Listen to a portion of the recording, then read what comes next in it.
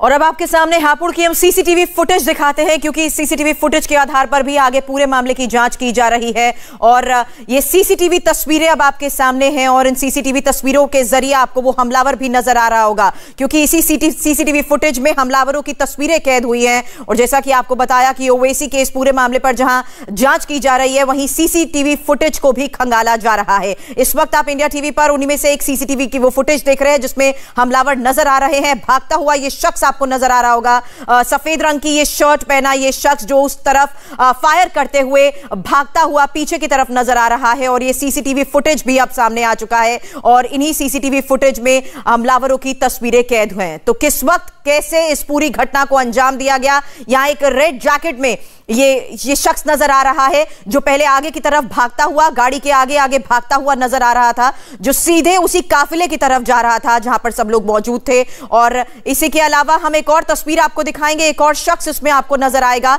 ये देखिए, ये गाड़ियां एक तरीके से ओवरटेक करते हुए गाड़ी के तरफ ही आपको वो शख्स नजर आ रहा है, वो हमलावर नजर आ रहा है जो गाड़ी के बगल में सीधा गिर गया। क्योंकि जिस तरफ वो गाड़ी, जैसे ही ये शख्स, अगर आप इन तस्वीरों को एक बार फिर से हम प्ले करेंगे और दिखाएंगे कि जैसे ही ये शख्स फायर करते हुए गाड़ी के नजदीक जा रहा था, गाड़ी दूसरी तरफ आई और हमने देखा कि कैसे वो शख्स गाड़ी के बिल्कुल बगल में गिर भी गया था।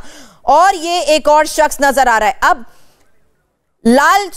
लाल टी शर्ट में जिस शख्स को देखा वो एक हमलावर, और ये सफेद शर्ट में नजर आ रहा दूसरा हमलावर। ये है वो पहला हमलावर जो सीधा उसी गाड़ी की तरफ हाथ उठाते हुए, गन फायर करते हुए उसके नजदीक पहुंचा। और अगर आप इसे गौर से देखेंगे तो वही सफेद गाड़ी अब आपको इसके बिल्कुल नजदीक आएगी नजर, क्योंकि जैसे ही इसने वहां फायर किया ये ठीक उस गाड़ी के बिल्कुल नजदीक था। और देखिए कैसे इंबैलेंस होते हुए शख्स गिर गया और यहीं से इसी के बाद ये शख्स पकड़ में भी आ गया। लेकिन पीछे एक और हमलावर था, वहां उस शख्स को आपने देखा, लाल टी शर्ट पे वो शख्स जो गाड़ी के बिल्कुल नजदीक था, और गाड़ी के नजदीक होने की वजह से ही वो पकड़ में आ गया। लेकिन ये दूसरा शख्स, और सीसीटीवी में इसकी तस्वीरें साफ तौर पर नजर आ रही है क्योंकि इसके हाथ में गन है और गन फायर करते हुए ये पीछे की तरफ भागने की कोशिश करता रहा। तो जैसा कि आपको हम दिखा रहे हैं सीसीटीवी फुटेज, ये बड़ा सबूत है और जिस तरीके से पूरे मामले की जांच की जा रही है, इनके सुराग जुटाने की और कोशिश जारी है। इंडिया टीवी हर वक्त हर जगह डाउनलोड करने के लिए सर्च करें India TV news Google play store या ऐप स्टोर पर।